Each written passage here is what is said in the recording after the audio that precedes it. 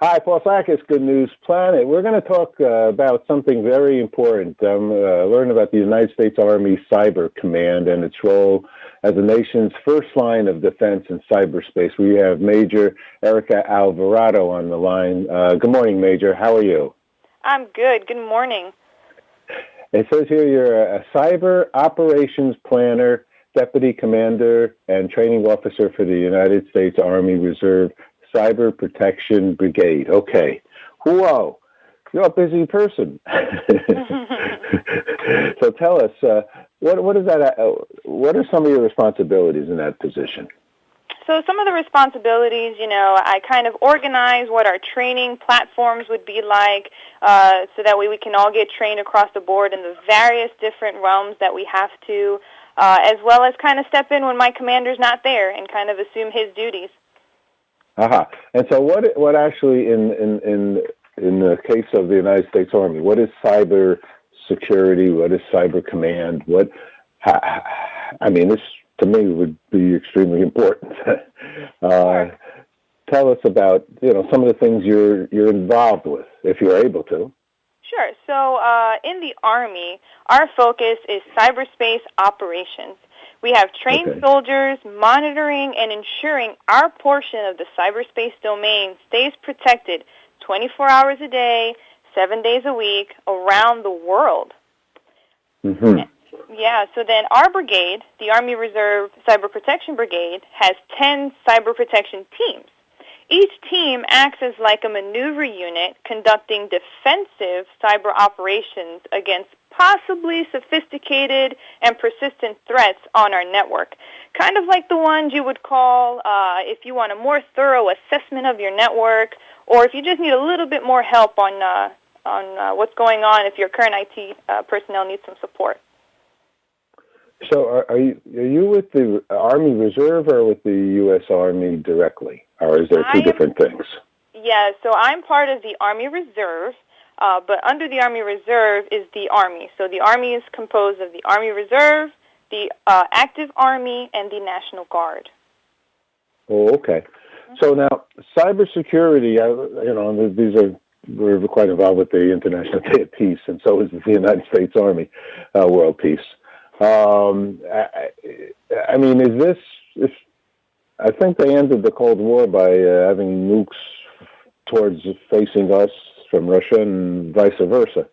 Are you involved with things like that? It's a serious question, I guess. Oh, well, that's a good question, but our stance is more of like the network and making sure that everything that we have on our network is secured. And if for whatever reason, as we're monitoring, we find some kind of gap or something that's not updated, we immediately go after it and make sure we patch what we need to so we're better postured in the future. Okay. So there was one talk, I don't even know, I don't think it ever happened, but they talked even about for our own country, America, a shield.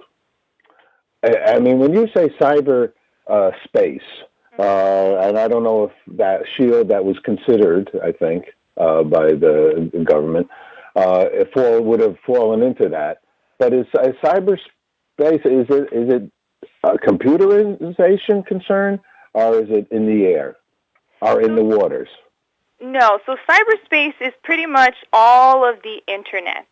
So it encompasses, the U.S. portion as well as all the portions around the world. So the shield, in essence, is us creating that shield, that bubble, to make sure we're good on the inside and nobody from the outside can come in. So this is this word, this terrible word, and I don't know why people got to be this way, hackers, is that a bad word? Well, it's a common term. And it can be leveraged in many different forms, good, bad, or, just curious. Interesting.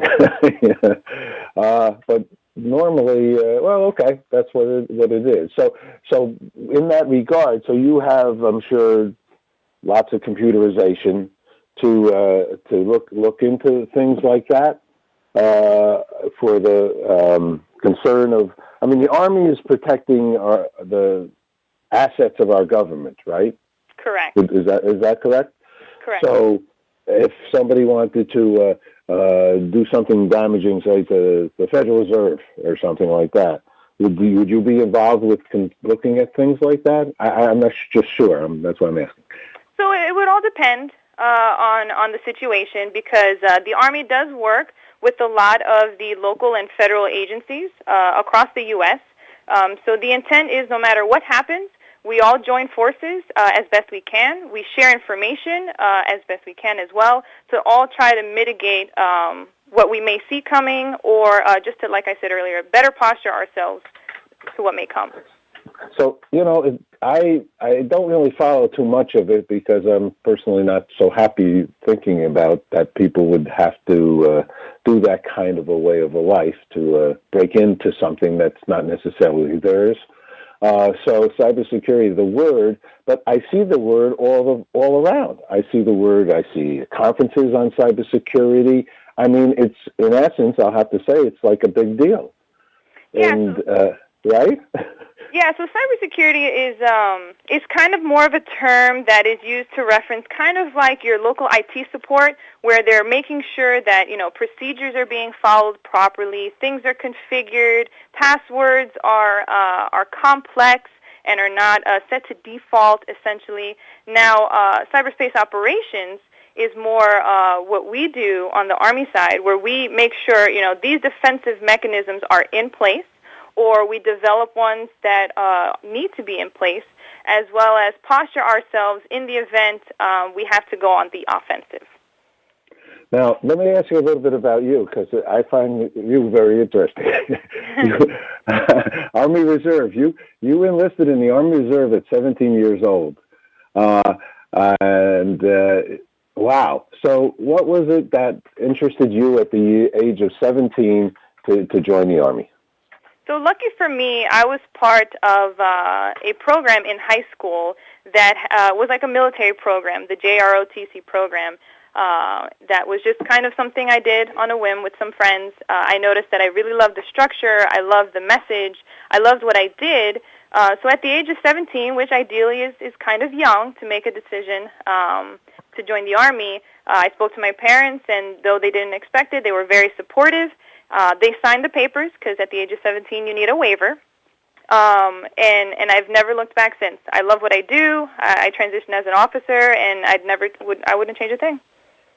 And some of the assets of being in the Army is that they travel and meet lots of people and things. Have you traveled around, or have you stayed put in America? So I have traveled. So as you mentioned, the beauty of the Army is we are located all over the globe, various organizations and installations. So depending on the avenue you pursue, you can be stationed overseas in some great military installations, as well as go to various training sites where you learn more about your job and your position and your specialty, which is also all over the U.S. and all over the world. So there's opportunities to travel for sure, which I have had the opportunity to do so. Well, I think it's great. We have a whole channel, Good News Military, and we have done many shows with people in the military. And my hat's off to you, and I thank you for the very important work that you do. Is there some things that we should know? Is there a website of things, or is just the U.S. Army website? Any other kinds of information that you'd like to share with us today, Major? Absolutely. So anyone interested in learning more about the amazing opportunities in the U.S. Army can go visit goarmy.com. The Army offers over 150 jobs spanning from medicine, engineering, culinary arts, and so much more. So on this website, you'll find inspirational stories of soldiers in some of these diverse careers, to include my own. Okay. Well, thank you very much. We appreciate the opportunity to speak with you. We appreciate your service to America and to the world. And I thank you very, very much for that. Thank you, Major. Thank you for your support. Okay. Take care. Have a good day. Bye-bye. You too.